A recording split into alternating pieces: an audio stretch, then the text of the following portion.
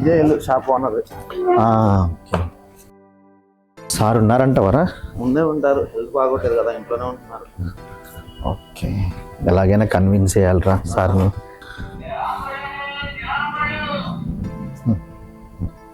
Sir sir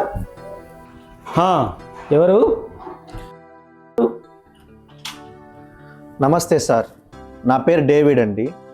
David అంటే అదే sir, మన వీధి చివరిలో ఉన్న చివరి షాప్ నాదేనండి. డేవిడ్ నువ్వా? రండి రండి, లోపలికి రండి, కూర్చోండి, రండి కూర్చోండి.